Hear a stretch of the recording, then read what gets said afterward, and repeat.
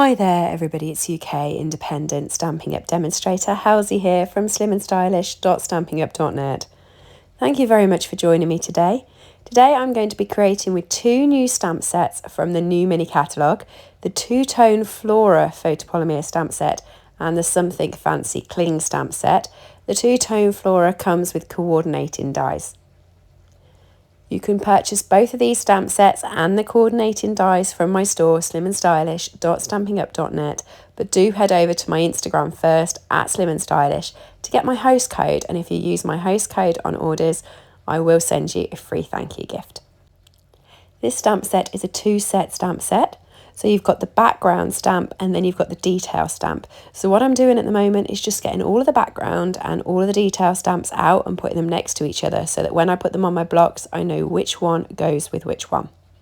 And then I'm going to bring in a host of my blocks, get them all stuck up and just put off to the side, ready for when we start using the different inks.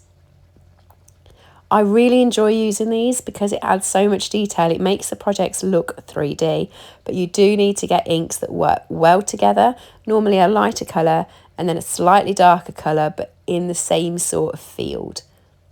Okay, so for the first stamp, for the slightly bigger ones, I'm going to be using two of the inks, Pale Papaya and Cajun Craze. I've used these before and I know they work really well together.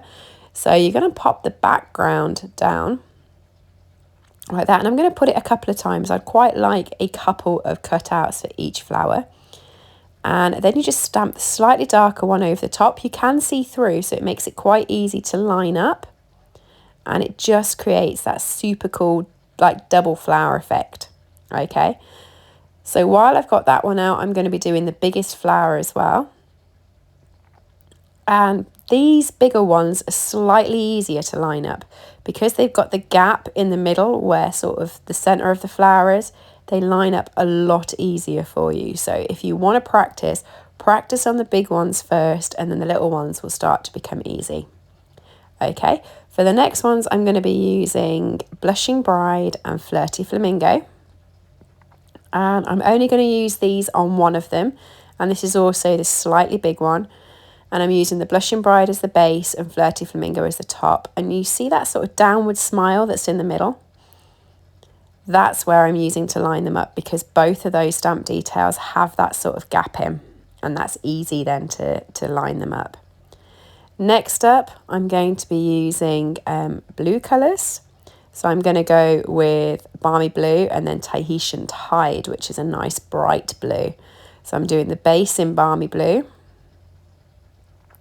Now this one has dots in the centre, so you can line it up using the dots. I've just noticed that I'm doing it wrong. You see I turn it around when I check the dots and then they line up again to get that sort of two-tone effect. And then finally, because there's a little one as well, the little one I'm going to be doing in the purples. So I'm going to be using Highland Heather and Gorgeous Grape, with Highland Heather being the base one and then Gorgeous Grape for the top one. I wasn't too keen on my first Highland Heather. It looked just a little bit sketchy. So I've decided to do 3 of them, and then if I don't use one, it will be the top one that I don't use because I wasn't quite happy with the stamping on it. So there's all my main flowers. I'm also going to be getting the other flowers out here. So there's a group of 4 flowers together. Then there's some leaves, and then there is also some fern as well. So I'm stamping every stamp that's in this set. I didn't get them all out to start off with because firstly I thought I'd get confused because there's so many stamps, and secondly I don't have that many blocks, so I'm just having to reuse the blocks that I was using earlier.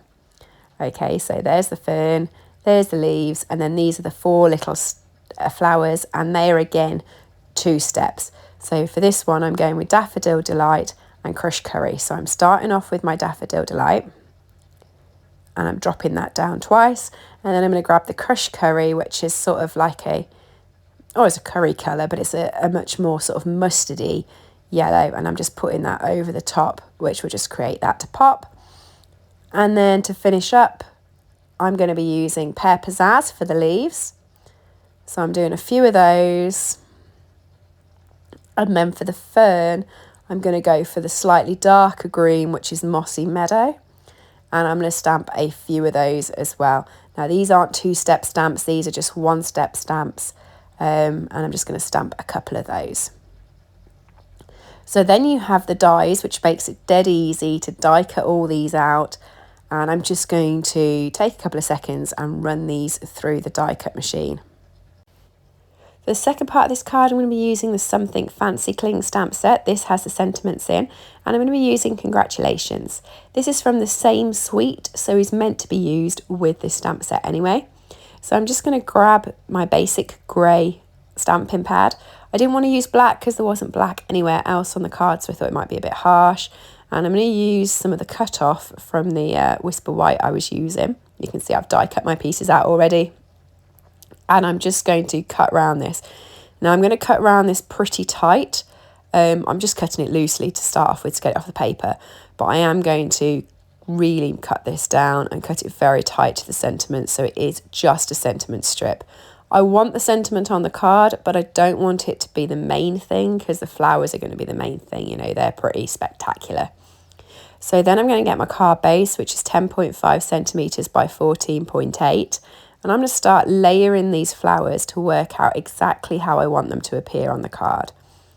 I do 2 separate ones, so I've done one at the top and then one at the bottom, and I was deciding which one I liked the best so that I could use it to create the frame.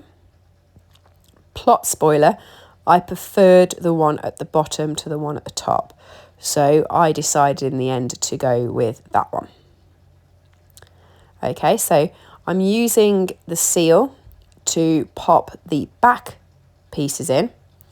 So that's the fern, the yellow bit, and this big flower here.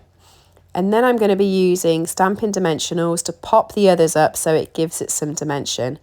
And they're going to be on top of the other ones. So I'm just popping a couple of dimensionals onto those. And then with the purple one, the Highland Heather one at the end, I'm going to be popping that one underneath the blue.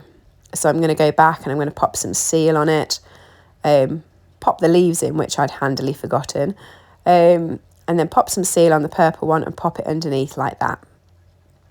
And then what I'm going to do is I'm just going to flip the card around, ignore how I got the pieces before. I'd noticed I'd missed one piece off, but I've decided that was okay.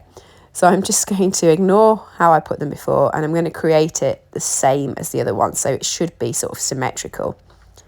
And you see me put this one together with the 3 bits at the back that are flat, and then the bits on top, which have got the dimensionals on.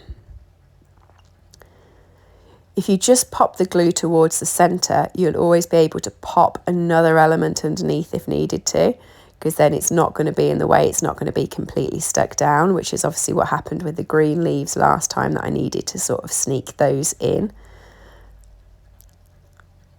And then stick the purple one down. And you can find that I forgot the green leaves again, so I'm sneaking them back into the top. It's nice to know I make the same mistakes twice. And then I had these pieces that I hadn't used, but I had stamped out. So I did have a look at how I was going to position these onto the card and if I could position them. So I was happy with doing that flower like that. So I've stuck that down. But then the other 2 pieces, remember I did 3 of the purple because I wasn't happy with one, and I did another fern. I did try looking at joining both them together, but I didn't like it. And sometimes I think you can make the cards far too busy, so I ended up taking them off. And popping the sentiment down. So I've just used a very, very thin strip of the dimensionals that's on the outer side for the sentiment, stuck that down, and that is pretty much the back basis of the card. To finish it off, I used some of the Pearlized Metallic Effects. Love these, I think they're great. I did them in the black colour. And then I realised, because these take some time to dry, so if you're using these, set it aside for about 10 minutes for it to dry. I realised I hadn't put it onto my card base and I couldn't turn it upside down. So this is very unusual for me. I'm actually going to put the adhesive onto the card base just because I wanted to show you a finished card. This is not what I would normally do. I'd normally wait for it to dry and then put it on. But there you go, my finished card. What do you think? Isn't it a cute set? This and everything else I've used today is available from slimandstylish.stampinup.net. Let me know what you think below. Have a great day, everyone. Bye.